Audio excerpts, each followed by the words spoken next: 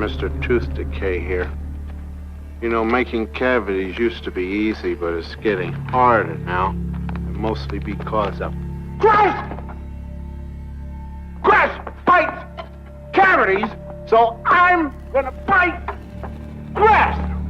Now, Crest's got fluoride in it, and Crest is always telling people to watch the treats, have checkups, and brush off it with Crest! Fluoride. It is hailed by the Centers of Disease Control and Prevention as one of the 10 great public health achievements of the 20th century. In fact, for over 60 years, the American Dental Association has stated that brushing with fluoride toothpaste will prevent tooth decay. But is this true? Is there more to this story than what we've been told? Triumph over tooth decay. Procter & Gamble announces Crest toothpaste with Fluoristan, its exclusive fluoride compound, world's greatest weapon against decay. Look, Mom, no cavities. Yes, Crest toothpaste really cuts down cavities because Crest has fluoride. The same fluoride dentists put right on teeth to prevent decay. With Crest, you put this fluoride on your teeth at home, too. Prevent cavities. Use Crest. Crest is accepted by the American Dental Association. Today, 95% of the toothpaste sold in the United States contains fluoride, and 72% of all water is fluoridated. Fluoride is safe and effective, and it's one of the most inexpensive ways to really cut down on dental decay. Anything we can do to help prevent cavities on children, I think, is very important. Absolutely, fluoride is safe. It's effective. Fluoridation of community water is extremely safe and extremely effective in preventing tooth decay. Science is on the side of fluoride being safe and effective. There is no controversy about this in the scientific community. If it's such a simple issue, how is it that it's still going on after half a century? I remember it being debated when I was 30 years ago. And it's continuously debated. But just because we've been doing something 50 years doesn't necessarily mean that it's right. Public health officials knew then what they know now. Would we have fluoride? Would it be added to our drinking water? Well, today a coalition of scientists, dentists, and doctors are taking action to stop fluoridation until it is proven safe.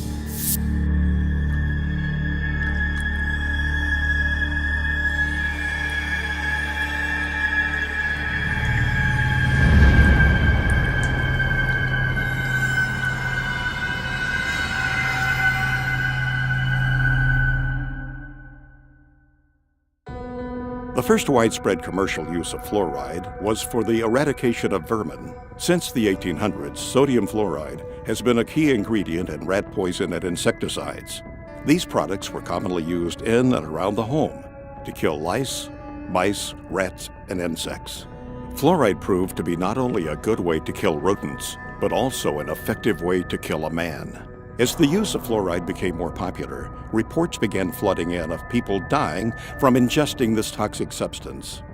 Headlines screamed, "Roach poisoned in pancakes kills 11 men. Rancher takes dose of poison by mistake." Article after article, all having the same tragic endings, proving that sodium fluoride can and does indeed cause death.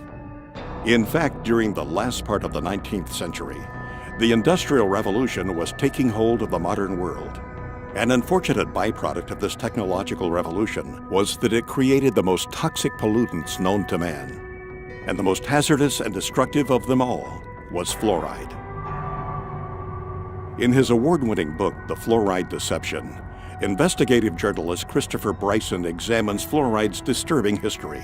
Bryson notes that in its early days, fluoride was a widely known and well-documented killer. Documentation from early lawsuits against fluoride manufacturers clearly shows that fluoride was a hazard, not only to humans, but to the environment as well, with damages reaching into the tens of millions of dollars. By 1930, the aluminum industry was the largest and most influential fluoride polluter. Industrial giants such as Alcoa knew they had to do something. Vegetation and livestock near Alcoa plants were being decimated as toxic fluoride fumes lingered, rendering nearby cattle lame and crippled, even causing death. One newspaper article from that time proclaimed, "During the past year, we had 51 head of cattle die. We had laboratory tests made, and these tests show excessive amounts of fluorine in the liver and kidneys. Also, some of our young cows had lost their teeth. Our saddle horses were so crippled from fluorine poisoning, they had to be shot. The serious nature of fluoride toxicity was beginning to be realized. As a result, fluoride's threat to corporate America was laid out in an exhaustive review conducted by the U.S. Department of Agriculture. Toxicologist Floyd Dietz warned of new medical information exposing fluoride's harmful effects. Danish scientist Kaj Roholm singled out the aluminum industry, specifically Alcoa, as the source of much of the fluoride poisoning. Fluoride was causing irreparable damage, and the word was getting out. Alcoa knew they had to act fast. Their high-powered attorneys sprung into action, quickly buying up farms and paying out settlements. Ironically enough, during that time, the U.S. Public Health Service was under the jurisdiction of the United States Treasury Secretary, Andrew W. Mellon. Mellon was the founder and major stockholder of Alcoa. He was also the founder of the Mellon Institute, an industry-funded research institute that was notorious for giving corporations such as Alcoa the scientific data they needed to defend themselves against lawsuits. The Mellon Institute published questionable and self-serving evidence that supported the effectiveness of fluoride in fighting tooth decay. In doing so, the Mellon Institute rats had put a smiling face on what had been a scientifically recognized environmental and workplace poison. It was an aluminum industry-funded scientist, Dr. Gerald Cox, who worked at the Mellon Institute, that first made the proposal to artificially fluoridate public water supplies. Mellon's economic interest in fluoridation was obvious. Fluoridation provided the chemical industry an opportunity to void liability of their poisonous fluoride waste by means of promoting it as a health benefit. The official human experiments began in Grand Rapids, Michigan on January 25, 1945. 107 barrels of sodium fluoride were delivered to Grand Rapids, where city technicians began tipping them into the city's water supply. They were the first to publicly fluoridate their water. It was to serve as the test city, and its tooth decay rates were to be compared with those of non-fluoridated Muskegon. The study only lasted 5 years. There are no permanent teeth in a child born at the beginning of the study. It was an unblinded study. They did no measure of safety, and they claimed that there was a tremendous benefit to the permanent teeth. Well, there weren't any permanent teeth in the children that were born at the beginning of the study, and soon thereafter they fluoridated Muskegon, the control city. It's a phony baloney study used to demonstrate the benefits, where there are none. Unfortunately, fluoride's ugly side has almost entirely escaped the public view. As Bryson points out, historians have failed to record that fluoride pollution was in fact the biggest legal worry of the industries that were involved in developing the atomic bomb program. As some may remember, the Manhattan Project was a secret program which brought the atomic bomb into existence. But what most people are totally unaware of is the fact that fluoride was an essential element in the production of the atom bomb. There's a guy named Harold Hodge that was the chief toxicologist for the Manhattan Project, and basically, in order to create the nuclear weapons, they needed massive amounts of fluoride. He was hired as a toxicologist or part of the team to determine, is there going to be any toxic effects of fluoride in this project? Really what they were worried about is they were worried about lawsuits. They knew that there was negative effects of fluoride. They had to basically invent this whole scheme so they could use the high levels of fluoride in the Manhattan Project to create atomic and nuclear weapons. For more than 70 years, the Public Health Service has assured society that fluoridation is safe and effective.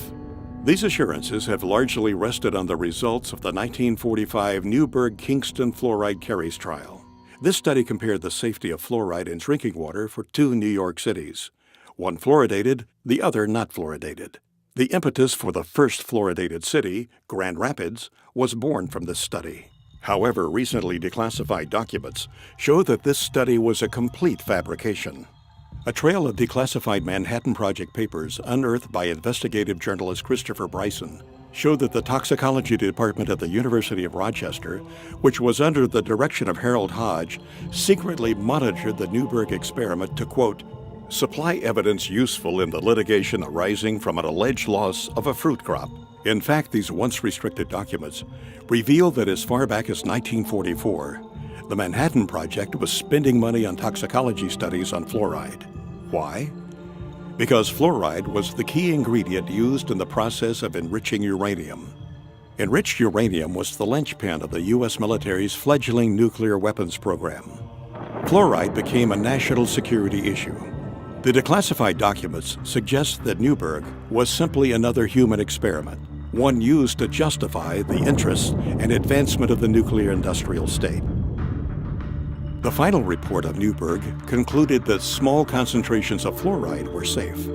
Yet documents reveal that the top fluoride scientist in the U.S., Dr. H. Trindley Dean, known as the father of fluoridation, secretly opposed the experiment, fearing that fluoride's toxicity would be revealed. Until now, Dean's dissent on Newberg has never been made public. There's irrefutable evidence that the U.S. military, the Manhattan Project, the makers of the atomic bomb, concealed evidence of fluoride's harm to their workers, to the community, and to the American public. One study was published in the Journal of the American Dental Association in 1948 by Dale. In these files, Manhattan Project Captain Peter Dale at the University of Rochester reported preliminary results of dental investigations among laboratory fluoride workers at Columbia University. He concluded that fluoride did not prevent cavities in the 95 laboratory workers examined. Quote, "Their teeth seemed to be deteriorating rapidly, and their gums bled more freely. In fact, most of the hydrofluoric acid workers examined had few or no teeth left. They were in large part toothless or nearly toothless. This information, however, was left out of the published version. The published study merely notes that the fluoride workers had fewer cavities than did the unexposed workers. They didn't mention the fact that they had fewer cavities because their teeth had fallen out of their mouths." Since World War II, fluoride has been one of the most destructive environmental pollutants. At one point during the Cold War, fluoride was blamed for more damage claims against industry than all 20 other major air pollutants combined. Fluoride was responsible for one of the most notorious environmental disasters in U.S. history, the town of Donora, Pennsylvania, which jump-started the environmental movement. In 1948, the small mill town lost 20 people, and an estimated 6,000 men, women, and children were sickened by U.S. Steel's dark blanketing smog. Even the town's name betrayed its corporate roots. Donora was an amalgam of the first name of Nora Mellon, the wife of industrialist Andrew W. Mellon. After the Halloween disaster in Donora, Pennsylvania, Philip Stadler, a chemist, went to Donora, and he was able to test and measure and prove that it was fluoride that had caused all those deaths. Sadler quickly went public. Article after article ran the story. Chemist says fluorine gas caused 19 smog deaths. Sadler said, "Chronic fluorine poisoning has been killing people in Donora for a long time. It has left its characteristic trademark on the valley's animals, crops, and vegetation." Both the U.S. Army and the Atomic Energy Commission, now known as the Energy Department, had a secret and vital interest in the outcome of the Donora disaster. If fluoride were fingered for the Donora deaths, it might bring unwanted scrutiny of worker health safety for those in the bomb factories, resulting in damage suits and expensive requirements for air pollution controls. On October 1949, the Public Health Service official report on Donora was released. The 173-page government document appeared to be of similar size to that of the Holy Bible and came to virtually no conclusions. The report's emphasis was on bad weather and that the disaster was therefore an act of God. The report made no mention of fluoride. Could it be there was a vested interest on the part of the government not to upset the public concerning the potential dangers of fluoride? Although it was Gerald Cox's idea that ultimately led to the endorsement of water fluoridation, the man who gave the official endorsement was Federal Security Administrator Oscar R. Ewing, Alcoa's top Wall Street attorney. 9 months after the Donora disaster, Ewing made a surprise announcement for the nation. The U.S. Public Health Service was reversing a long-held position. The ex-Alcoa lawyer declared that his agency now favored adding fluoride to drinking water across the United States. Coincidence? When it came time to choose a public relations representative to persuade public opinion in favor of water fluoridation, Ewing chose none other than the father of public relations himself, Edward Bernays. When they're selling water fluoridation, they didn't just walk out and say it's good for you. They actually hired Edward Bernays, Sigmund Freud's nephew, to sell Americans on how good it was to have silicon fluoride in the water. Edward Bernays was the one that created how to control the population through media and through advertising. Edward Bernays, also known as the father of spin, pioneered the idea of crowd psychology. In 1928, he wrote a book called Propaganda, in which he wrote, "If we understand the mechanism and motives of the group mind, is it not possible to control and regiment the masses according to our will without their knowing it?" He called it the engineering of consent. Bernays introduced the corporate giants to crowd psychology methods and polished techniques to manipulate society. He convinced the population to buy on impulse things they didn't even need. In his writings, he concluded that individuals were controlled by 4 basic motivations: self-preservation, aggression, security, and sex. Bernays' belief was that by appealing to any of these 4 motives, it was possible to manipulate the majority of a population into doing almost anything. You could brainwash them into smoking cigarettes, starting war, electing politicians, you name it. And given the proven effectiveness of these techniques, it was no coincidence that the Aluminum Company of America asked Bernays to head the campaign for the fluoridation of the United States water supply. People like Bernays, were masters of social engineering. His entire thesis, if you will, is that you don't talk to the public in a rational, scientific way. Instead, you appeal to their emotions and you invoke their fears. He was key in getting women to start smoking. He positioned cigarettes as being sexy and individualistic and, power to the woman. That was the framing of why women should start smoking. A consumerist culture was born, and the United States government took notice. U.S. agencies soon adopted Bernays' techniques of manipulation to manufacture the fear of ever-present danger in the minds of the people, to give those in power greater control of what Bernays called the mass mind. He went on to propose in his book Propaganda, those who manipulate this unseen mechanism of society constitute an invisible government, which is the true ruling power of our country. We are governed, our minds are molded, our tastes formed, our ideas suggested, largely by men we have never heard of. This statement holds just as true today as it did in the 20s when Bernays first wrote it. Throughout medical science, including dentistry, poison-producing corporations have always been able to infiltrate major institutions and dominate their narrative.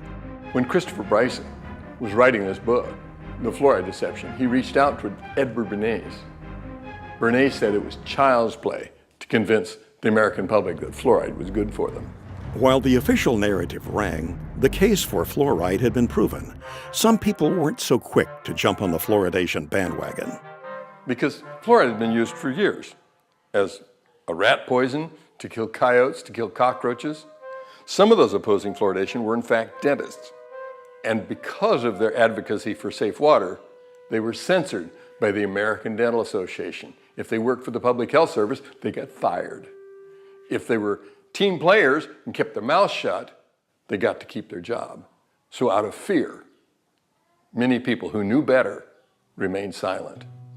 The true story behind water fluoridation can be hard to swallow. The facelift performed on fluoride dating back more than 60 years ago has misled generations.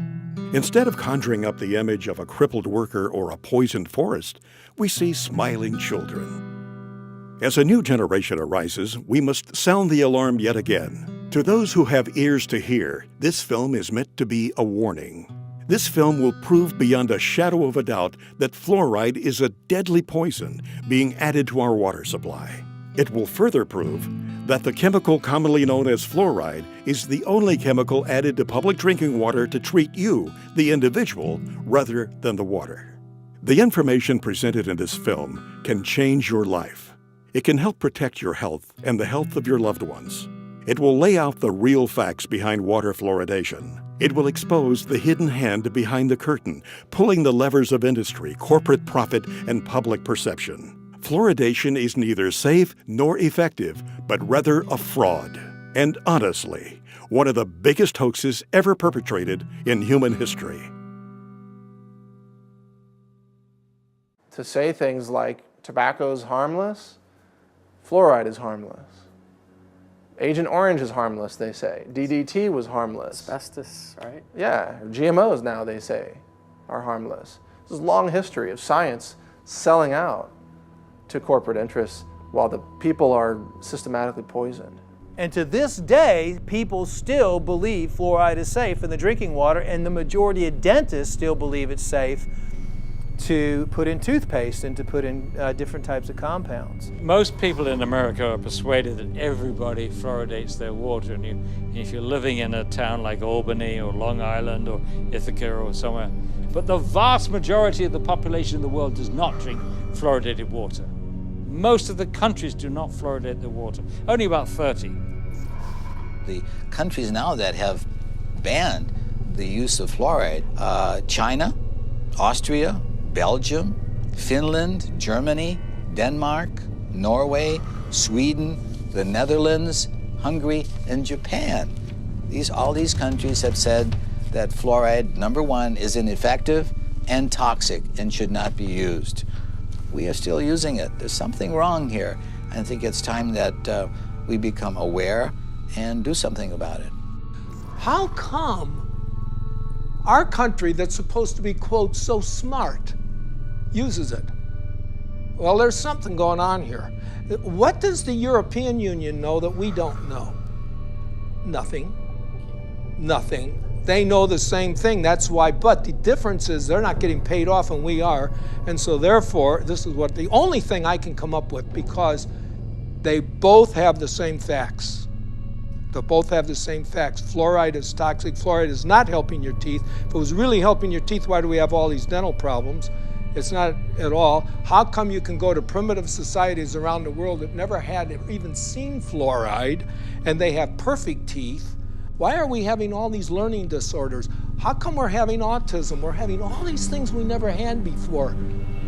Well, why don't we ask that question and answer it honestly? Answer it honestly. 98% of Europe does not fluoridate. Only 8 countries in the world have more than 50% of their population drinking water. America, Australia, New Zealand, Ireland, Israel, Singapore, Malaysia, and Colombia. Only 8. I think Europeans have come to their senses on several issues, not all of them, but on many, GMOs being one of them and fluoride being another.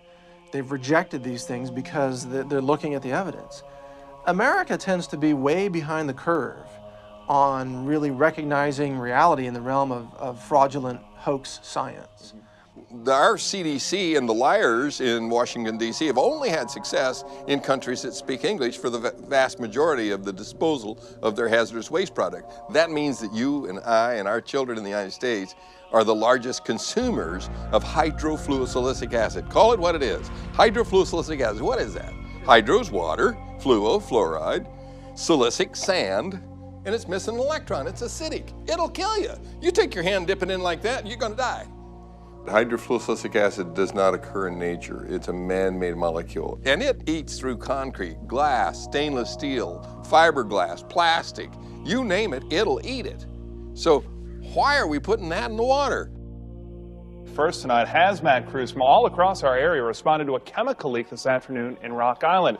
The chemical was so strong that it was burning through the concrete there. News 8's Christy Mergenthal has the latest. It was just before 1 o'clock Thursday afternoon when hazmat crews were called to the Rock Island water treatment plant for a chemical spill coming from this tanker truck. The chemical hydrofluorosilicic acid is used to add fluoride to the plant's water. After several hours, crews were able to clean up the leak, allowing operations to return to normal. They had to cordon off the area, obviously, but as far as the treatment of the water and the amount of water being used by the public, there's no effect on that at all. Now, that acid that did spill out is a chemical that they actually use every single day here at the water treatment plant. It adds fluoride to the water. Reporter Reporting live in Rock Island, Christy Mergenthal, WQAD Quad Cities News 8. That's how they transport it. It's extremely aggressive. It'll eat through almost anything, including concrete. What is labeled fluoride is not naturally occurring fluoride like you might find in the ground. It's actually a collection. It can be over 100 different chemicals, including some radioactive chemicals, including many cancer-causing chemicals, including heavy metals, neurologically damaging elements that are called fluoride. And then this is dumped into the water supply, and the cities have the doctors and dentists convinced that this is somehow good for your teeth. Fluoride is really a clever way for industry, the mining industry, chemical processing industries, aluminum smelting and processing industries, to eliminate their toxic industrial waste without having to pay for it to be handled as industrial waste. They just slap a new label on it, fluoride. They sell it to cities, and the cities dump it into the water supply. Basically, it's a hazardous waste byproduct of the manufacture of phosphate fertilizer. It's a mining byproduct. They dig up this rock. This rock is no good, as is. So you mix it with sulfuric acid, and this produces soluble phosphate, and that's what becomes the fertilizer. It's a byproduct that they can't do anything with. It's a poison, so they sell it and make fluoride out of it. It was a fraud. It was a scam from the get-go. It is a means of getting rid of fluoride.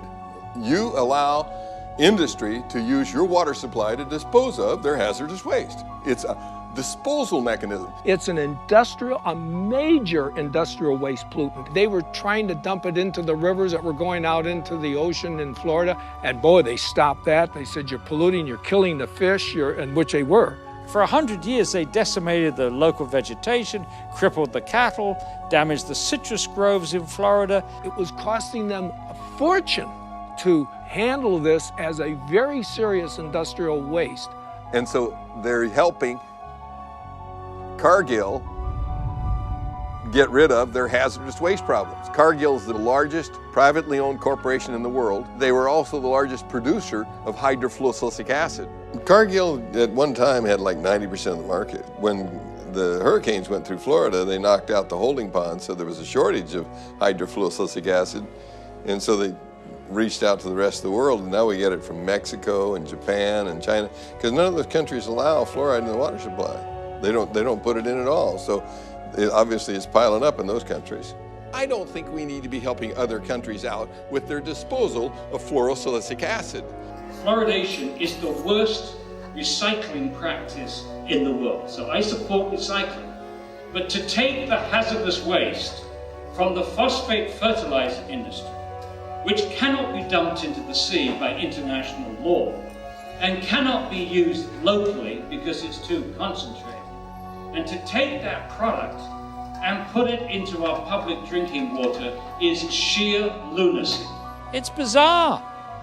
I mean, George Orwell, Kafka could have written this play. It's lunacy. There are 250,000 tons dumped annually in the water supply. Does that sound like a big figure to you? If you had 1 ton and were worth over $1 million, you'd be a poor person by the time you got rid of that ton. It's extremely expensive to get rid of. Is there anybody that you know that might be willing to talk to us, perhaps a whistleblower, somebody who's been injured or? Yeah, there's a guy who wrote a book, Toxic Torts, the tell-all book about the phosphate fertilizer industry, Gary Pittman. He'll tell you the story. Is that where's he out of? In Florida. That's where all the phosphate mines are in the United States. That's right. Paul, looks like we're going to Florida, buddy.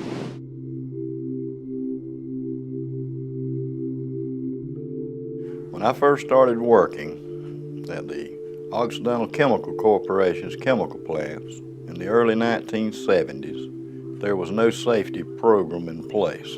The only equipment you had to wear was a hard hat and safety glasses, and we didn't wear the safety glasses half the time because it wasn't enforced. The environment was very dirty. The air was filled with dust and toxic fumes. We worked 8, 12 hours a day, sometimes longer, sometimes double shifts in those conditions. When you're 18, you think you're invincible. Had a physical by their doctor, and he actually put on my application a perfect health specimen. Mistakenly, you tend to believe that somehow you're invincible and blindly step into harm's way without a thought about the future consequences. I started working there when I was 18. I was in excellent health. I quickly rose to a supervisory position and was making about $50,000 a year. However, my success came at a high price, my health and well-being. My first and last job was working for Occidental Chemical Company in the phosphoric acid plants in Hamilton County, Florida. So Gary, what made you write this book? I wanted to leave a history behind on what happened to me and some of the co-workers here in this county. And it kind of gives the inside look at a phosphate plant, mainly the chemical plant where phosphoric acid is made. Former employees of Occidental Chemical Corporation have filed a lawsuit against the company. They say they have life-threatening diseases because the company did not follow safety procedures. Paige, they have diseases like leukemia, emphysema, and toxic brain syndrome. For years, doctors struggled to diagnose them, but finally they found a common link. It was the phosphate plant they all worked for. Gary and several other former employees are suing Occidental for failing to provide adequate safety education and gear. One woman's husband died of bone cancer before his battle could make it to court. They messed up my life. They messed up everybody's life, and they're continuing to mess up other people's lives. They need to come in and realize and admit to what they are doing. When Gary Pittman filed a lawsuit against Occidental Chemical Company, he knew what he was getting into. Occidental was a mammoth organization and no stranger to litigation. It was Occidental that had been responsible for one of the most horrendous environmental tragedies in American history, the Love Canal. President Carter declared a state of emergency today in the Love Canal area of New York's Niagara Falls, where toxic chemicals were discovered oozing from the ground. My 3 kids were born with birth defects. My wife's had cancer. This was a site that literally is best described, orange goop, toxic soup is what it has been referred to. You had 80 different chemicals. I mean, some very bad stuff was in these people's backyards, was literally seeping into their basements. Health officials are urging more families to move, but that's not as simple as it seems. Between the years of 1947 and 1953, the Hooker Chemical Corporation, which is a subsidiary of Occidental Chemical, used the Love Canal section of Niagara Falls as a dumping site for toxic waste. Today, we write the final chapter of the environmental disaster called Love Canal.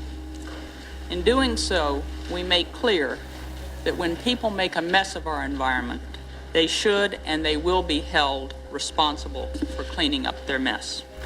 The EPA concluded that Occidental dumped millions of tons of hazardous chemicals and then sold the property to the Niagara Falls School District for $1. In papers to be filed in court in Buffalo this afternoon, the Occidental Chemical Corporation will agree to pay $129 million.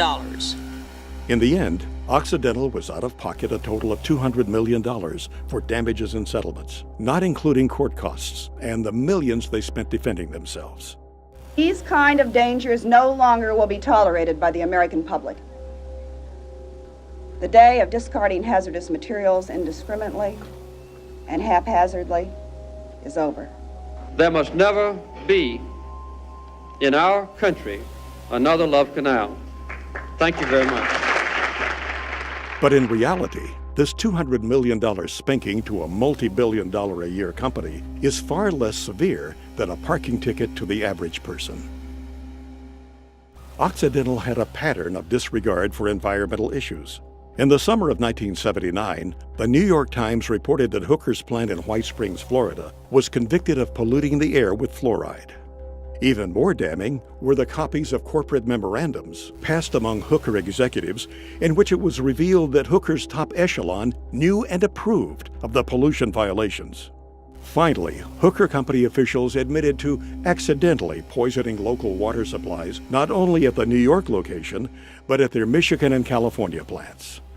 The White Springs plant that Gary Pittman worked for not only was polluting the air with fluoride, but had also dumped tons of waste on their own property.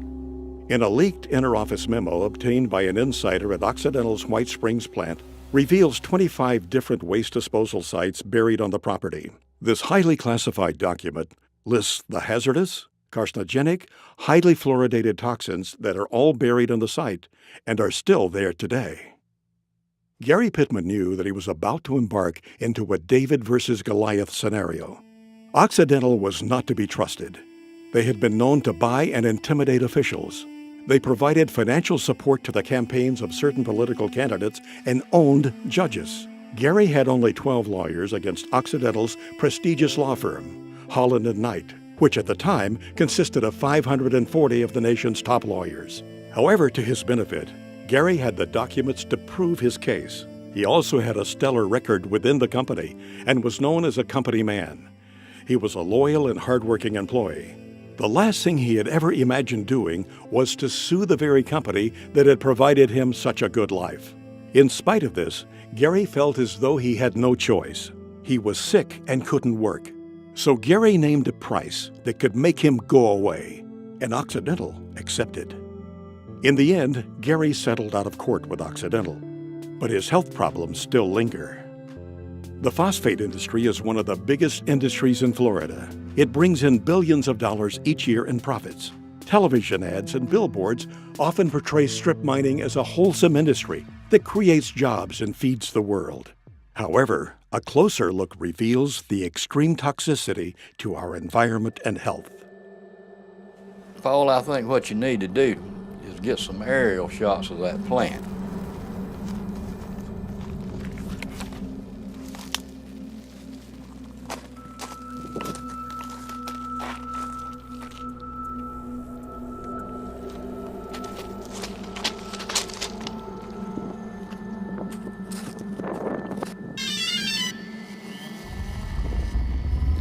Because you cannot see the devastation going on from just riding down the road. If you could get some aerial shots of that plant, I could point out what's going on, what's happening, you know, and point out where a lot of the pollution's going on and stuff like that. What people don't realize is this is where hydrofluorosilicic acid starts, because you have to mine the rock, you have to make the phosphoric acid, and hydrofluorosilicic acid is made from the fumes off the phosphoric acid. Then it's put into the city's drinking water. I worked out there my whole life, basically, and I never seen that good of shots. You don't see this on Google Earth. I mean, you just see an overview and you get the idea that those are there, but... Yeah, what you see here is, you know, the common person never sees this. They don't really want you to see it either, because then you would know how much devastation, you know, there is at these plants. And you know what's so good about it is the general public's going to get to see this in this new film, and they can, you know, they can decide, you know. And like I said, that's where your hydrofluorosilicic acid starts. That's the way they mine. It's overburdened. They take the overburden off to get to the ore. Basically, they take a nice forest area, they cut down all the trees, they burn all the stumps, and they take all the topsoil off. The overburden is topsoil, subsoil, clays, until they get to the ore. This right here is just, they've already dug it all out. Yeah, they've mined this, and as you can see the forest in the background, and you can see the huge chunk of land that they have mined.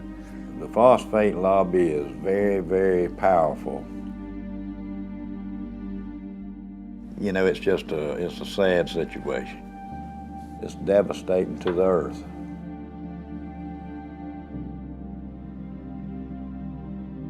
This water, this coffee-colored water, it's just hard to describe how bad it is. You know, when you call it water, it's not really water. It's so laden with so many different chemicals, and it contains many elements such as cadmium, chromium, mercury, nickel, beryllium, arsenic, fluorides, lots of fluorides. Lead, and I heard it even has it has radioactive elements in it too. It is radioactive. Uranium-238, radium-226.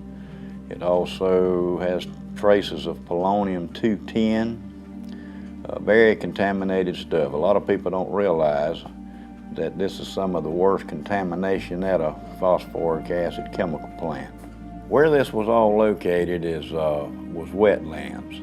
If you have a wetland, you'll have a heck of a time trying to get a permit to go into a wetland, you know, to do anything. You know, if you want to dig a pond or whatever, they're not going to give you a permit. But somehow these people got permits to dig up all this wetland, and they claim they'll reclaim it, but it'll never be reclaimed like it once was. It's just, there's no way. They will reclaim just enough land, and they'll have a little show place so visitors, and they can go show them what they've been doing. Yeah, we've mined this out, and now this is what we've done. Mm-hmm. And you know, for what they've destroyed out there, you know, what a 10 or 15 or 20 acre plot they've reclaimed. Nah, they're not going to reclaim it. What they'll eventually do, and this is just my prediction, is they'll change the name of this place and they'll form a corporation, and they'll call it something like White Springs Phosphate. And then when they finish mining out the rock, they'll bankrupt.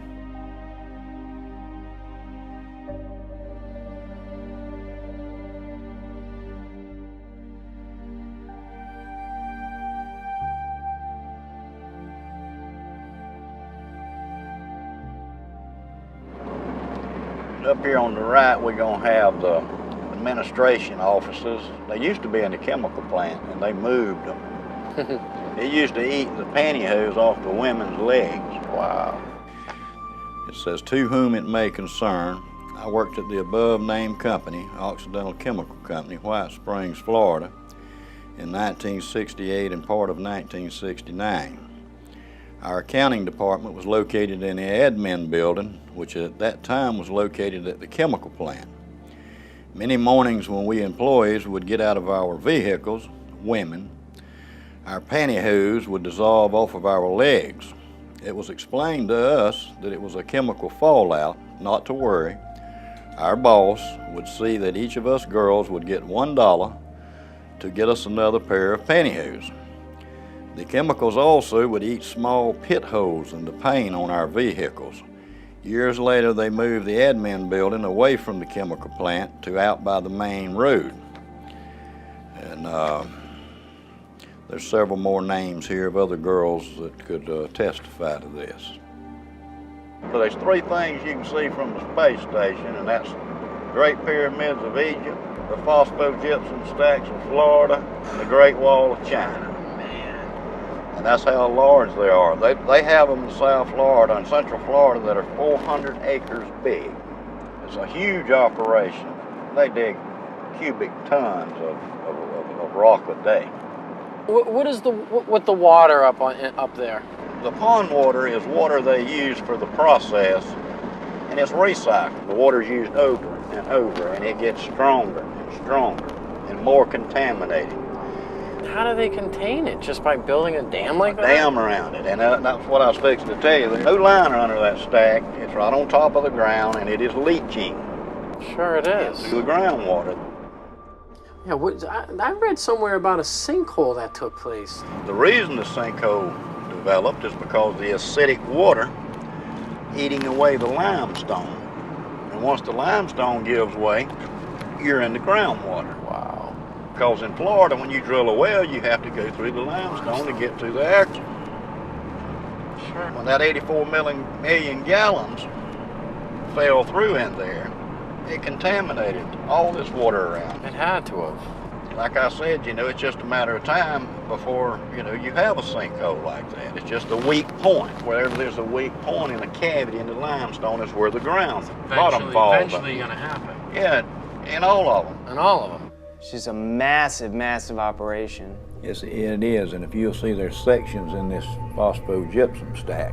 Mm-hmm. When the sinkhole caved in one of these, it was one of these sections. It wasn't all of it. Only that one section was 87 million gallons. Whoa. So you could multiply that times 4. You know, that's just a lot of toxic waste to be going into the aquifer. In addition to this recycled toxic water up there in those ponds, you call them, in addition to that, they're taking fresh water too, right? Of course, they use a lot of fresh water because, see, this is the main thing that they don't want you to know, is what they call the water balance. It just makes them nervous if you start talking about the water balance. What do they add back when they need water if it's leaching? Right. It's going away. So they have to add some fresh water to keep the process going. Right. The phosphate industry uses more fresh water than any other industry in the state of Florida. You know, and sometimes they have to release water out of those toxic ponds. Where do they put it? They put it in the creeks and it runs into the Swanee River. Now what they do to it is lime it to bring the pH up so it don't kill the fish immediately. The Swanee River, they claim, is a pristine waterway. But if you ask the Fish and Game Water Commission in Florida, they'll tell you not to eat over one fish out of that river a month. Wow. Because of lead and mercury and chromium and cadmium. They won't tell you that, but that's why. Yeah, that's why. This is just a lot of the documentation I've reached through the years. What really caught my eye was, like we had talked about earlier, the 1972 through 1979 misrepresenting environmental data. And they charged them $575,000 for emitting 10 times the amount of fluoride allowed below. And I was working there when that was going on, and the fumes were just unbelievable. It pit the glass on your windshields, make them so foggy it would etch the glass. Just having your car parked out there while you're at work. Parked there. I mean, back in the 60s, you know, I mean, even earlier they realized that those fumes were very toxic. Very toxic. The phosphate company pretty much polices themselves. They have their own crews do their stack testing and all the other environmental things. And, you know, that's kind of like the fox watching the hen house. And I have been involved to where they would go up to test a stack and come down and tell me, so something's wrong. This stack is going to fail. You know, so you look around, find the problem, straighten it out, and say, okay, boys, y'all can go up there and test now. I have also been at the point to where we couldn't find what was wrong, and they were doing the test, and we would just go and open a blind in the fume ducts to allow more fresh air to rush in, so it would dilute the emissions. But I know for a fact that they cheat on these tests. Once you know that, then you lose all faith in these regulatory agencies because you know it's all a farce. In this past, I'd say 6 months, there's been 4 people that I know of that I grew up with. They were younger than me. They were 52, all of them died. And I do honestly believe it has something to do with the phosphate chemical plants out there. I would imagine you've seen some injured employees. I've seen people burned. I've seen people blown up. I saw a man killed, and he was going to weld on a rotary drum filter. Somebody had washed it with a solution of sulfuric acid and pond water. Found out later the guy had struck an arc to weld on that thing, and it exploded. And it killed him, messed up his friend too that was helping. Yeah, it's a very hazardous work environment. When you digest phosphate rock with sulfuric acid, that's what you're going to give off, hydrogen fluoride and silicon tetrafluoride. Now even at that strength, it'll eat up concrete, asphalt, stainless steel, even the fume ducts after a while, which is made out of fiberglass. Very corrosive, the most corrosive acid known to man. Used to etch glass, it's used for a lot of things. One of the things it's used for is to fluoridate drinking water. Who in the world would want to drink water with this stuff in it? The city of Dallas, Texas, like many cities across the nation, spends millions of dollars on contracts with companies like Cargill, Mosaic, and Penco to fluoridate the region's water supply. On Mosaic's website, the product listed for use in water fluoridation is actually called hydrofluorosilicic acid. The Occupational Safety and Health Administration, otherwise known as OSHA, is a U.S. agency that requires companies to produce a material safety data sheet, or an MSDS, for every chemical product in the market. The MSDS that Mosaic produces for their fluoride product will make your hair stand on end. Right here I have the Mosaic material safety data sheet on their hydrofluorosilicic acid product. A material safety data sheet is a very important document to disclose safety and health issues about possible exposure to this chemical. The MSDS sheet is supposed to inform you about what is this chemical, what's in it. So what we find in the case of the Mosaic, their hydrofluorosilicic acid, is that it is not a pharmaceutical grade product. It is an industrial grade chemical. And under Section 2, hazard identification, it identifies a health hazard as being corrosive to the skin, the eyes, and the mucous membranes. If you come in contact with it through the skin or inhalation or ingestion, such as swallowing it, it may cause severe irritation and burns.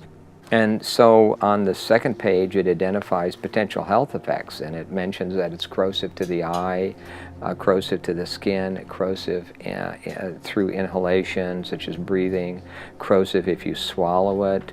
In this, they're basically giving these health effects due to hydrofluorosilicic acid and a high concentration. It's less clear at what concentration this won't happen at. As a chemist, I've looked at scores of material safety data sheets, and never in my career have I seen a warning for children in an MSDS, material safety data sheet. What happens is the companies that's producing this chemical realizes they have a revenue stream that's a little risky for them from a liability standpoint on how their customers are using this chemical. And so they've now put a warning in their material safety data sheet, warning for fluorosis, osteosclerosis if exposure occurs during enamel formation. There are no children working in these chemical plants. There are no children being chemical handlers. So this warning is for the end user. And so we've presented this to the City Council, and they have now been alerted that their own supplier has put a warning. And this is where we came across and said, you now need to put a warning, at least for children that you've received from your supplier. You need to put that downstream. So now the liability is on them too. Hydrofluorosilicic acid has no known benefit in human or any physiological system. It's not even useful in any mammal. So adding that to the public water supply for an alleged benefit is a fraud, and it's a crime against the citizens of this country, and it's cumulative over a lifetime. It is a very noxious poison, and you do not have to take my word for it. If you've got a Webster's dictionary, open it up. One of the definitions is fluoride, a violent protoplasmic poison. Then you have to go look up protoplasm. We are protoplasm, so violent protoplasm for us. Say, let's put that in the water and see how the kids turn out. Well, as we're learning, it seems like there are no rewards to this. It just seems it's just all risks. It's all risk. It's a big lie. There's no benefit whatsoever. It's all risk. Let's get to the science. That's what I say. Instead of covering it up, let's look at the science. What do these fluoride chemicals actually do to human beings?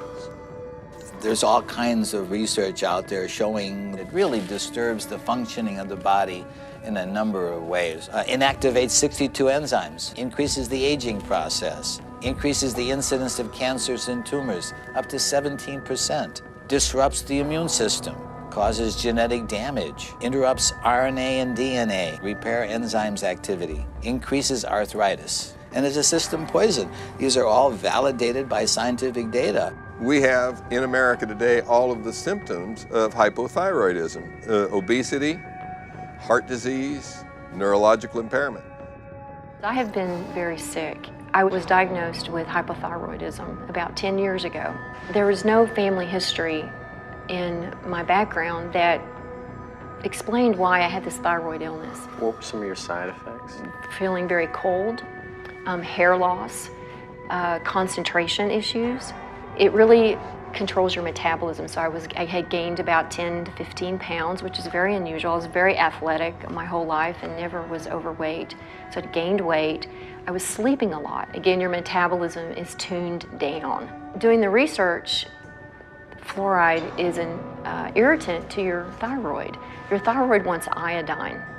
And if it doesn't get iodine at the concentrations that it needs, then it gets whatever is closest that you're providing in the environment. If you look at the periodic table, you see that fluoride, chlorine, bromine, and iodine are all in the same column. That means they have very similar electronic structure and reactivity. So that's why your thyroid will uptake fluoride and chlorine when you're not giving it enough iodine. It's a gradual accumulation of the fluorides and the other things you're exposed to out there that just gradually wears on you through the years. And that's one reason it's hard to pinpoint a health problem. Because, you know, you work out there 6, 7, 8, 10 years before you start noticing things, and then it's almost too late then because it's already done the damage. But I've been real weak and just lethargic. Yeah. So when the blood work come back, the guy asked me, he said, "What have you been doing?" I said, "Nothing the last few days. I've been laying on the couch at home, you know, I ain't felt well." He said, "You sure you hadn't fell off of a building or something?" He said, "Look," he said, "you have a muscle destructive process going on." That was exactly what he told me. And I said, what does that mean? He said, "You got a muscle destructive process going on and there's nothing I can do to help you." One of the key questions is, if you run the world and you don't want competition, how do you shut down people's consciousness? How do you do that? Well, you put poisons effectively into the water supply that compromise these gateways of consciousness. And fluoride is one of the most powerful poisons that is routinely used for this purpose. The pineal gland is actually kind of located in the center of the brain, and it secretes two hormones, DMT and melatonin. Melatonin actually regulates your sleep cycles, and it's kind of like a feel-good hormone, which also helps regulate your puberty, and it helps regulate all your hormone structures inside your system. The pineal gland to me is so important because it's been regarded as like the third eye, and even in Egyptian times they call it the eye of Horus. They call it the pineal gland because it kind of resembles a pine cone. And if you look at the staff that the Pope has, it has a pine cone on it. And if you look at statues throughout the Vatican and throughout history, you'll see the shape of a pine cone, and you'll see symbols showing the importance of the pineal gland. Now, the pineal gland is also regarded in some religions as the seat of the soul, or it's your gateway or your connection to God. If you know that the pineal gland is the consciousness of the human, and that could be your connection with God, why not take it out? And the fastest and easiest way to take out the pineal gland and to calcify the pineal gland would be with fluoride, because fluoride has an affinity for those areas in the body that produce calcium hydroxyapatite. Today in the United States, children are reaching puberty much earlier in age than they did in the past. Some evidence indicates that fluoride, via its effect on the pineal gland, could be a contributing cause to this trend. In 1997, Jennifer Luke published her PhD thesis on fluoride in the pineal gland. In her dissertation, she conducted animal studies and concluded that fluoride exposure has been found to cause early puberty in females. Similar findings have been reported in 2 epidemiological studies of human populations that are drinking fluoridated water. The first study was conducted in 1945 during the Newburgh versus Kingston fluoridation trial. It was discovered that girls in fluoridated Newburgh were reaching menstruation on average 5 months earlier than the girls in unfluoridated Kingston. But the result was not thought to be significant at the time. In 1983, another study was conducted in which a man with the last name of Farkas reported that girls living in highly fluoridated towns began their first menstruation cycles at a much younger age than girls living in less fluoridated areas. When the pineal gland is calcified, it causes an onset of puberty. In my documentary, Crippling Waters, one of the ladies in there, we called her the star, a 9-year-old girl. Take a look at her. Does she look 9? She's exposed to high fluoride in her family's well water. Her dad, who's only 20 years older, is starting to bend over like this and starting to become crippled. He can't put his hands above his head. The calcification of the pineal gland is an adaptive process so that that child can have babies by the time she's 14 because she's going to be crippled by the time she's 40. Fluoride's role in earlier puberty needs more thorough investigation. When one considers the seriousness of a possible interference by fluoride on a growing child's pineal gland, it underlines the negative and dangerous effects of fluoridation. Dave, so what we're learning is kind of frightening because it seems to me that once it's in your body, is it there to stay? Yes, you can't get it out. You can cut some of the harm by mitigating the damage and avoid it like the plague, but you really can't get it out because it's stuck in your bones. And that's why you have all the skeletal symptoms, you know, the joint pain, the arthritis, and all that stuff. The first signs that fluoride is poisoning your bones is pains in the joints, stiffness in the joints, pains in the bones. Well, you go to the doctor with pain in a joint, he says, oh, you got arthritis. Well, arthritis, joint, ritis, pain, oh, okay, joint pain. So we got somebody speaking to us in Latin, oh, you got joint pain, super duper. We have millions of people with arthritis in the United States and in fluoridated countries, 1 in 3 adults. Nobody's ever looked to see if some of those arthritis cases may have been caused or exacerbated by fluoride. Just not looking.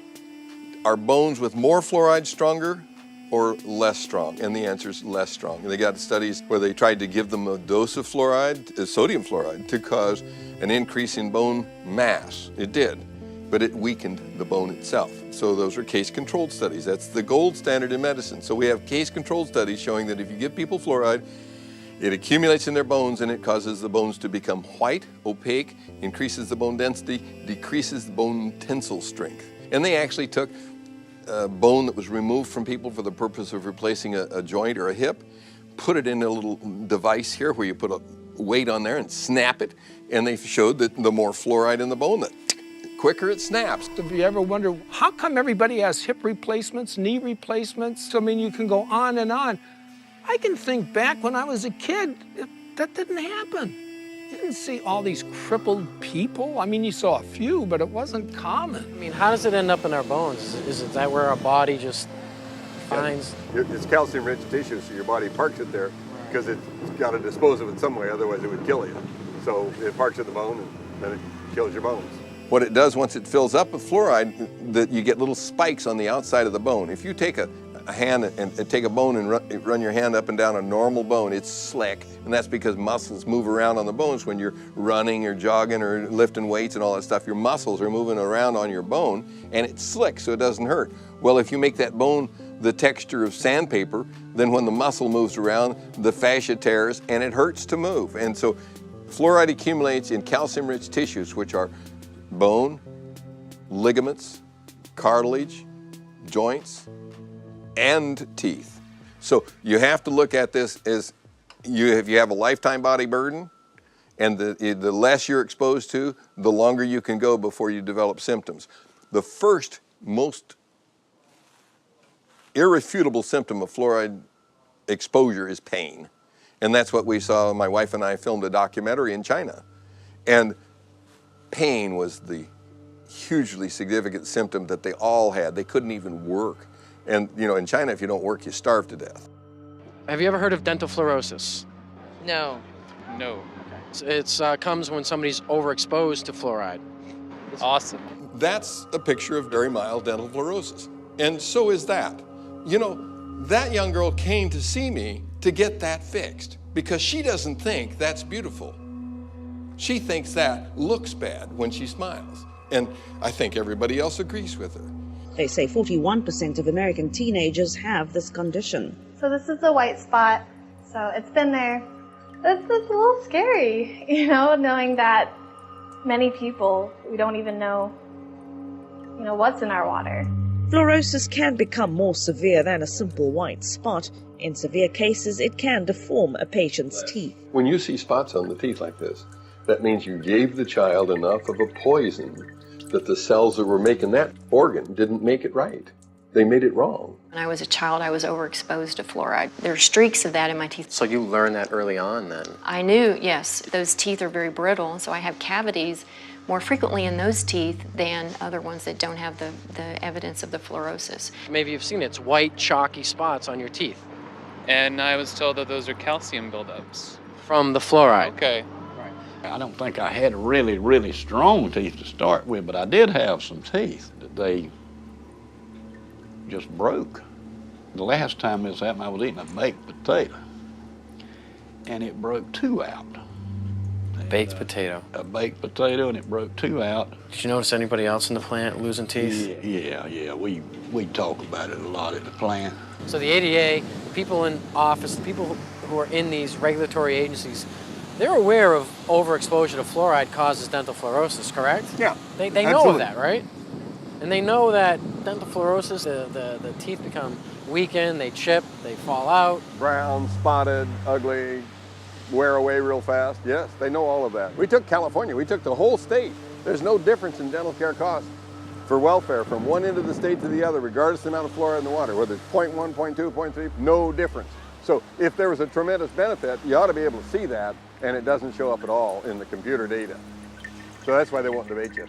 And although fluoride can help with your teeth, if either chemical is consumed in high amounts over a lifetime, it can lead to cancer, skin conditions, bone disease, and other health issues. There is a recent lawsuit in Maryland, it's a federal lawsuit, a woman who believed the medical establishment at the time when her daughter was an infant. She gave her daughter 90% of her diet, intake of water was this fluoridated baby water. And so the daughter grew up with severe fluorosis, and to get that corrected, dental restoration is about $100,000, and they can't bear that burden. So they are suing Nestle and Gerber. So putting it in a baby bottle when the child doesn't have any visible teeth, there's no way on God's green earth that can have anything except a negative impact on that child. It will damage that baby's teeth. But they sell it in the grocery store as baby's first water. I've seen that for years. How do we educate women to not buy this for their babies? And this is why we wanted the warning for infants, because they're the most at risk. They drink their weight in water within 2 or 3 days. If you and I did that, we'd be drinking 22 liters a day. I mean, it just goes back to the whole, these regulatory agencies that are supposed to, be kind of looking out for our best interests, and as you know, they're not. There's no reason for the FDA to allow them to sell this as a food. It's a crime. I hope they're punished someday. I say they have a duty to warn. They have a duty to warn you.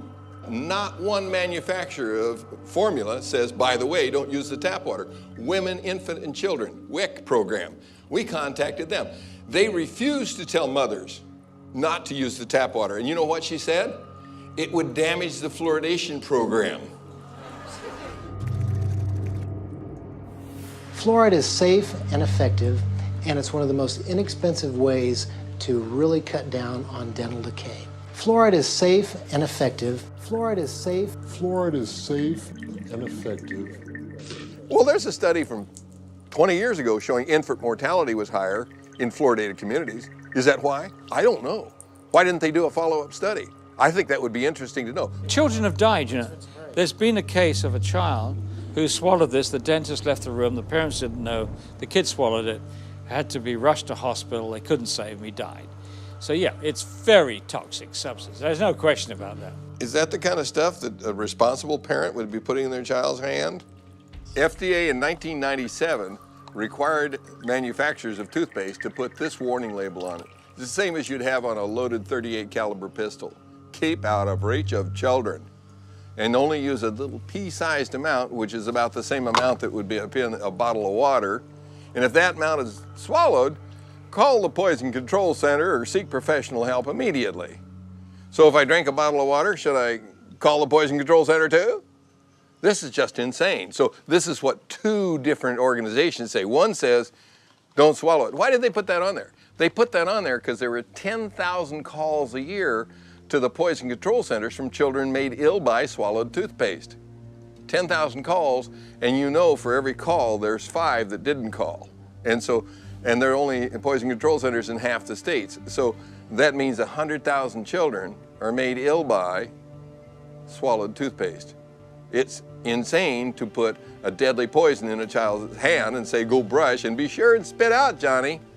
Fluoride has been a slow process of introduction into the dental profession where it's commonplace for us to consider fluoride as the thing to do to help decay. But we now know, statistics have shown us, that fluoride is not working. It's very toxic to you and can cause everything from cancer to depression. So, yeah, it's a serious issue. You are meant to have the right to informed consent to medication.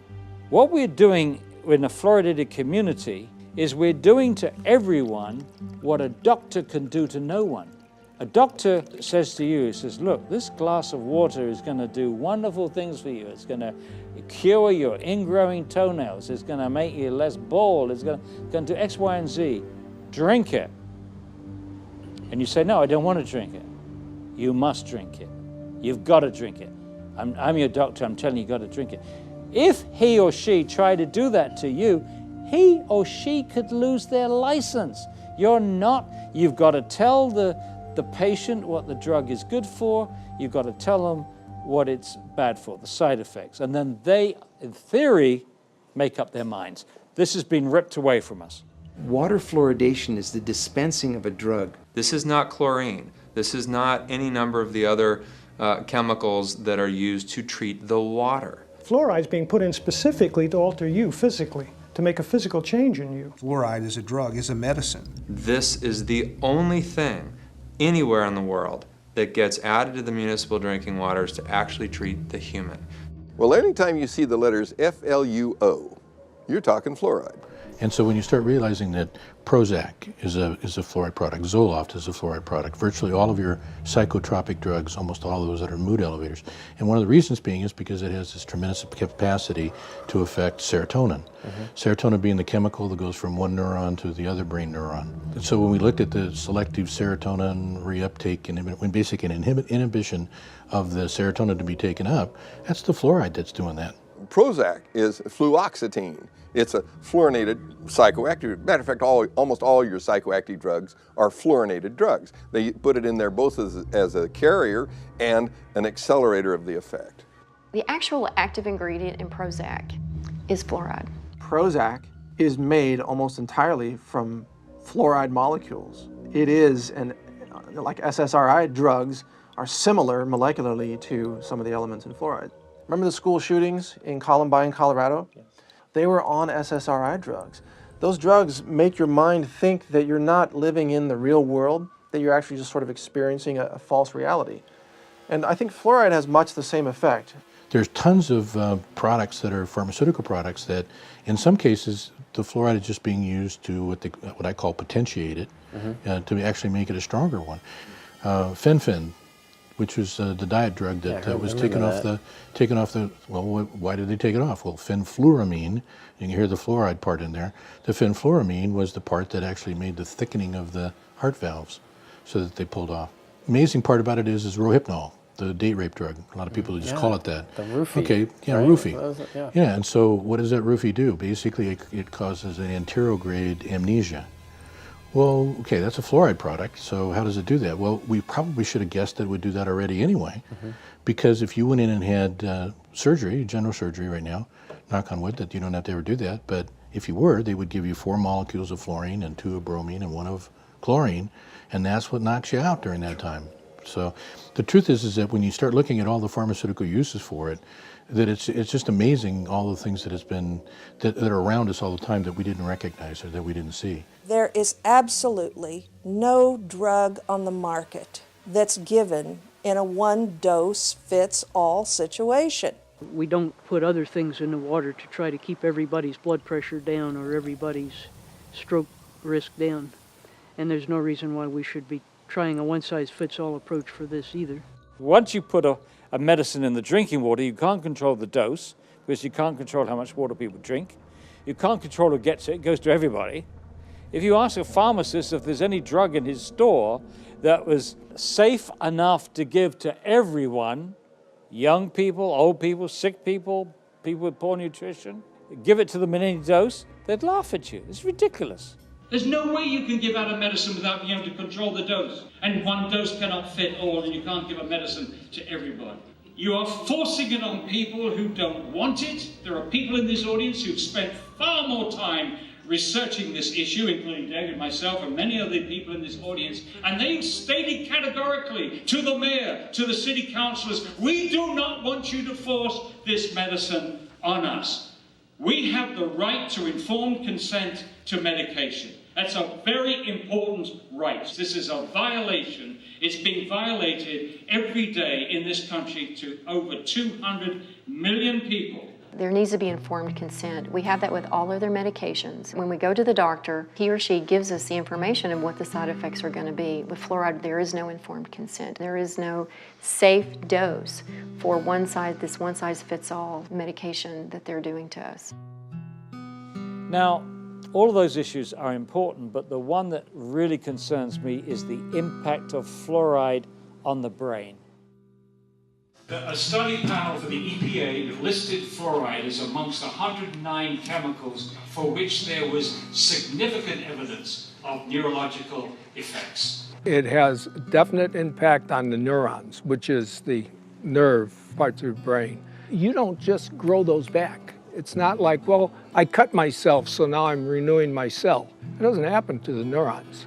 There are so many ways that fluoride could be damaging the brain. We know this from animal studies.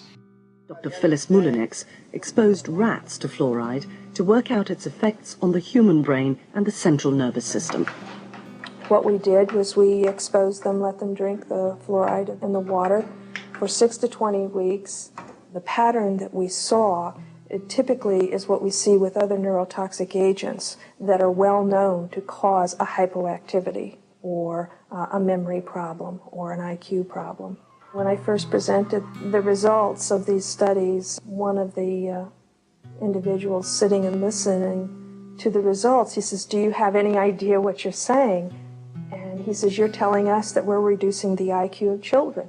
Look, the first opponents of fluoridation in this country in the 1950s were biochemists. These biochemists had used fluoride in their experiments to poison enzymes. And they, including Dr. James Sumner, who won the Nobel Prize for enzyme chemistry at Cornell, and he said, fluoride poisons enzymes. You don't want to put this substance into the body. Poisoning enzymes is what makes people sick. Poisoning enzymes is what kills people. It's highly likely that you're going to get subtle effects on the brain that the parent is not going to notice. No wonder that our children can't read and write. It's no wonder because we're damaging their brains with a stupid preventive dentistry program that doesn't even work.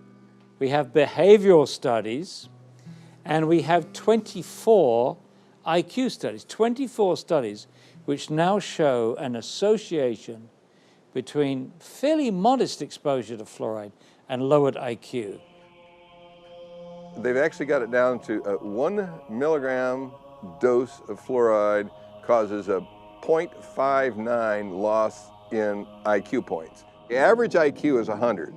So if you're 95, you're in the back of the class napping because you can't understand what the person in the front is saying. And you're going to get a nice job pushing the broom around. So what if you got twice that dose? Okay, you're down to 90. So what they showed in studies in other countries is that you lose all your genius out of your society. You've damaged the intellect. But new research from China supports Dr. Moulinex's conclusion that fluoride affects mental development and IQ levels. I've heard a great deal about a chemical that can be used on the teeth to help prevent decay. Is that a good thing to use? It certainly is. We use a fluoride solution, and we have evidence that for some people... 50 years ago, American government scientists had clinical evidence that fluoride affected the central nervous system. But all this was kept secret. Chemical? You're going to put some chemical in my mouth? All mention of the effects of fluoride on the central nervous system was stopped. In my view, fluoride is where lead was in the early 70s. That argument lasted about 10 years, and it was finally proven that, yes, low levels of lead, lower than caused visible symptoms, was in fact damaging a child's mental development. I think the same thing we're going to find with fluoride.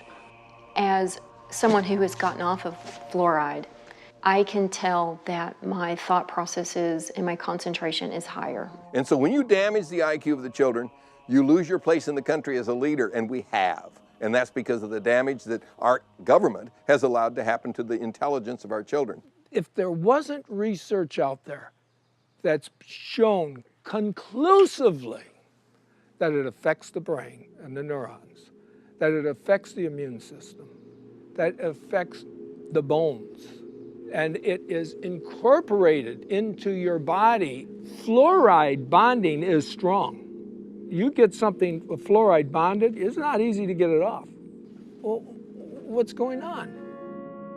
Fluoride is now in thousands, and I really mean thousands of products where it has worked its way in, and I don't understand why. I had a good friend of mine come up to me one day when I still lived in the valley. He says, Karen, he says, look, there's fluoride in Cocoa Pops, and there's fluoride in Fruit Loops, and I'm going, what? What the heck is it doing in that stuff? Pesticides operate in a lot of cases because they have fluoridated compounds. Sadly, the dentists have begun to add fluoride to their filling materials, their cements, they even put a varnish on children's teeth. I don't believe these have been legitimately FDA approved. I've checked on them. There's no new drug applications on file for fluoride to be ingested, and none have been submitted. So if you're going to give a child a dose of fluoride, show me the FDA approval where that's beneficial and even safe. It doesn't exist. The medical system that tries to say we need to ingest fluoride, that's really the only element they believe in. They won't recommend magnesium to reduce heart attacks. They won't recommend calcium. They won't recommend zinc for immune boosting function. They only believe in one element, and it's fluorine. You know, how come they don't look at the other elements that are needed? See, that's why it's very selective. It's a dogma. There is no, selenium waste product that they have to get rid of. That's why you don't hear about the benefits of selenium from industry. Right. But selenium is an anti-cancer element, and most people are deficient in it. Chromium, trace element for blood sugar regulation. Most people are deficient in it. Why don't doctors and scientists say, let's put chromium in the water? Because they're not trying to get rid of it as a toxic waste. That's why. If you look at the table of elements, you got to consider the whole thing. It's not scientific to say, well, let's just put this one element in the water. Well, what about all these others? Water fluoridation is a hoax. It's not scientific. It's not good medicine. It's not public health policy. It's a desperate attempt by certain industries to eliminate a toxic poison by feeding it to the people and calling it public health when it's clearly waste disposal. It comes down to this? Yeah, the government's paying 35 dentists at the Center for Disease Control to go out and promote the addition of silicon fluoride to the public drinking water. So it's making a lot of people who can't do dentistry money. Where money and power are is a magnet to criminals. And so Washington, D.C. becomes a vortex of evil. And I'll tell you, when you're controlled by a few people, which is the government, who controls the government? Money. Big money. And if they're about money, then we have a conflict of interest. We want our children to grow up healthy and strong, and they want to make profits. There are solutions out there. There are answers to this. There's ways to get around and possibly clean up your system. What can we do? The best thing you can do is look at what the body's made of, which is water. Every living substance is composed of water. People ask me, what's the easiest, simplest way to start regaining my health? I say, change the water. When you start flooding your body with water, if you have no access to anything else, no supplements, and eating clean foods, which would mean raw, organic fruits and vegetables, and if you have access to superfoods, which would be like chlorella, spirulina, blue-green algae, stuff like that, I still think that distilled water is the best. I recommend adding organic apple cider vinegar to their distilled water, because what it does is it brings it back to life. When you distilled water, you lose all the minerals in it. It's a clean water, but it's not an active live water. So what I do and what I recommend, you can get a distiller for $300 or $400 and run your tap water right through the distillation unit and fill up your 5-gallon water containers. And then every time that you fill it up, put a little cap full of organic apple cider vinegar in there, the raw kind, and then you're getting vital nutrients, live enzymes, probiotics, and it's just one of the cheapest, most effective ways to regain your health or to just, you know, give you a lot of good, active, live nutrients, and it brings the water back to life.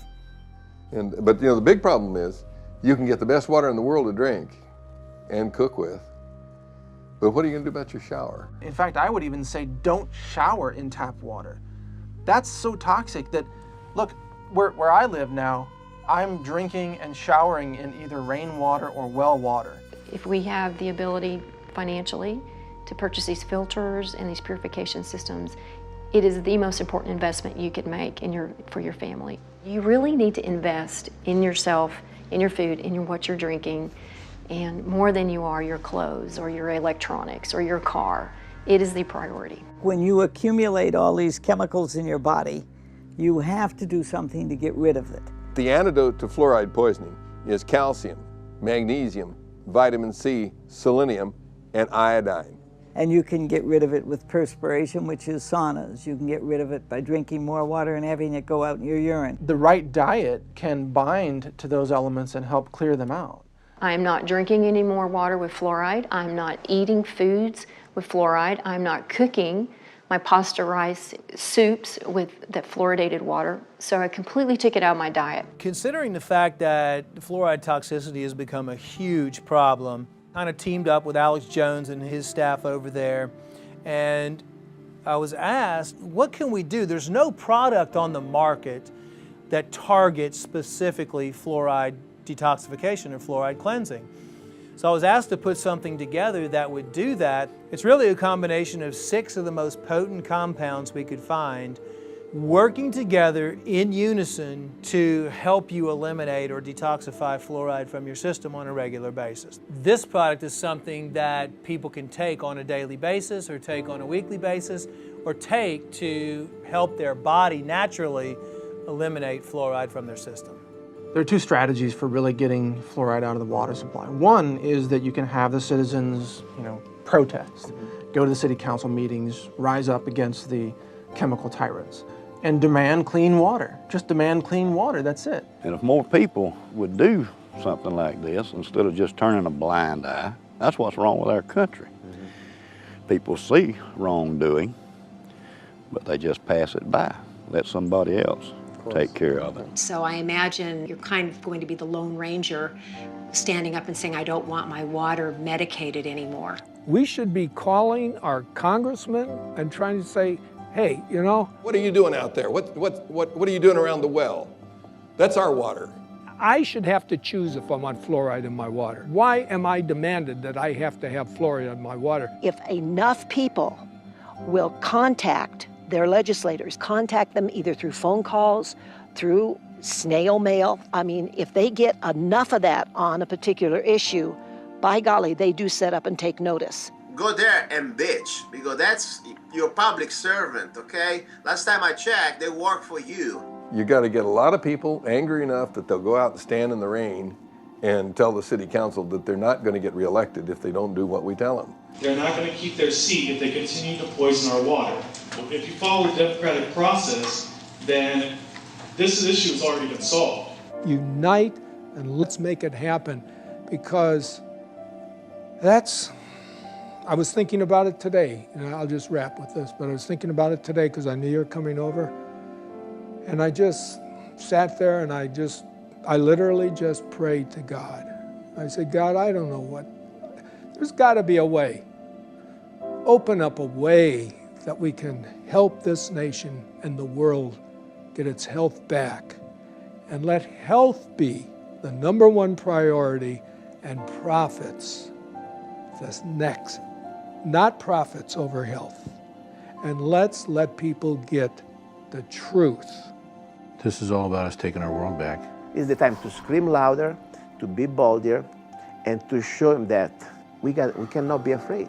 It's time that the people stand up, the silent majority, for their health. Get it out of your community, and then you can drink the water at home, you can drink the water in your office, you can drink the water in the restaurants and in friends' houses, and so you don't have to worry anymore. The alleged reason for adding fluoride to the public water supply is to reduce tooth decay. But tooth decay isn't caused by a deficiency of fluoride. It's caused because there's scum on the teeth and bad diet. So the real solution is to take something like a nice toothbrush that was invented by C.C. Bass,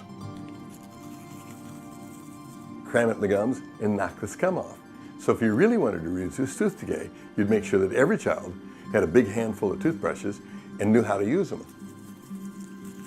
And you dig all the scum off the gums because it's scum living on the teeth that causes tooth decay. I don't want to poison the scum, I want to scrub it off the teeth and then not feed it. So you don't give it sugar, white flour, and bad food, processed foods. You give it good foods. Then you will have wonderful teeth and abundant good health. Is there hope? There's always hope. I mean, that's what I tell everybody. Even when I had cancer patients, I always say, listen, there's always hope. When you feel healthy, you feel self-confident. And when you feel self-confident, you feel successful. So regardless of how bad things are, you can never lose hope. I mean, you always have to know that there's always change and there's always things you can do. Even if you do one tiny thing every single day, you're still positively changing. And if you tell one person, or if you pass an email out, or you share information, once we hit critical point, which we're almost at, it's like the 100th monkey phenomenon. The mass consciousness will change. And I believe we're almost there. So never give up, and always, no matter what, never give up hope, because that's what you have. I just want to thank you from the bottom of my heart. You're such a sweet, sweet soul. Again, Charlie, thank you so much for letting us come by here today. Well, I would just like to say, great speech, man.